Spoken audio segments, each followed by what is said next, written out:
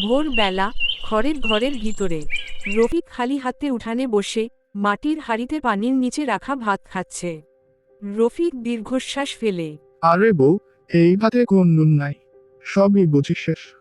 আসমা ভেতর থেকে আসছে।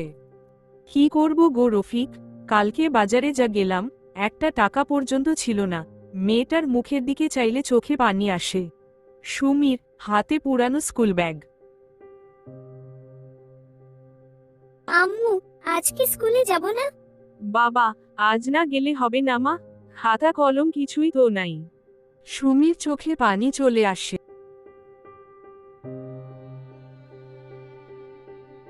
খেতে রফিক জমিতে হাল চাষ করছে। আলম ধনী জমির মালিক সাইকেল চালিয়ে এসে দাঁড়ায়। এই রফিক, এবার খাজনা টাকা দিস নি এখনো? খাজনা টাকা না দিলে জমিটা কিন্তু নিয়ে নেব। ভাই আলম সাহেব, একটু সময় দেন। ধানের ফলন হলে সব শোধ দেব। এবার বৃষ্টি না হওয়ার কারণে জমিতেও কিছু হইল না। আমার কথা শেষ, সময় নাই।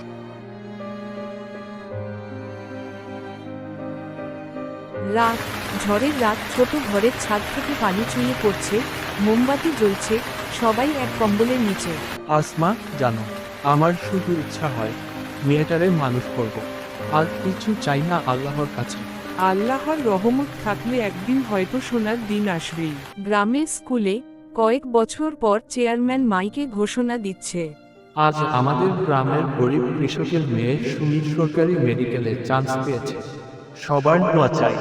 রফিক আর আসমা আনন্দে কাঁদছে। আমার বাবা একটা দিন নিজের অস্থিরতা ভাবেননি। সবসময় আমার ভবিষ্যতের জন্য লড়েছেন। আমি তার স্বপ্ন পূরণ করতে চাই। আল্লাহ, তোমার কৃপা ছাড়া কিছুই সম্ভব ছিল না। সুমি মা বাবাকে বিদায় দিয়ে শহরে চলে আসে। শহরের একটি মেডিকেল কলেজের গেটের সামনে সময় সকাল, হালকা আলো, গায়ে ওড়না গুজে রাখা, ব্যাগ কাঁধে। এদিকে সুমি বড় হয়ে যায়।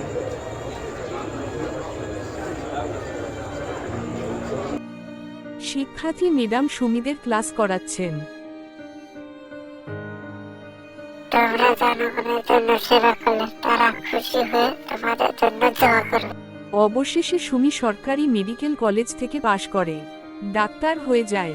সুমি অনেক খুশি হয়। 4 বছর পর নিজের ঘরে ফিরে যাওয়ার সময়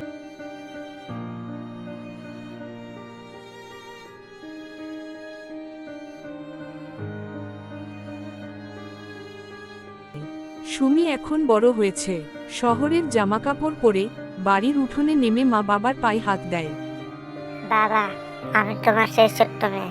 তুমি স্বপ্ন দেখেছিলে, আমি আজ তারই প্রমাণ। তুই আল্লাহর নিয়ামত রে মা। আজ তুই শুধু আমার না, এই গ্রামের গর্ব। আকাশে ডানা মেলা পাখি, উঠোনের গাছের পাতা নড়ে, শান্ত সূর্য অস্ত যাচ্ছে। ভিডিওটি ভালো লাগলেই কার্টুন চ্যানেলটিকে লাইক, সাবস্ক্রাইব ও কমেন্ট করে পাশে থাকুন। ধন্যবাদ।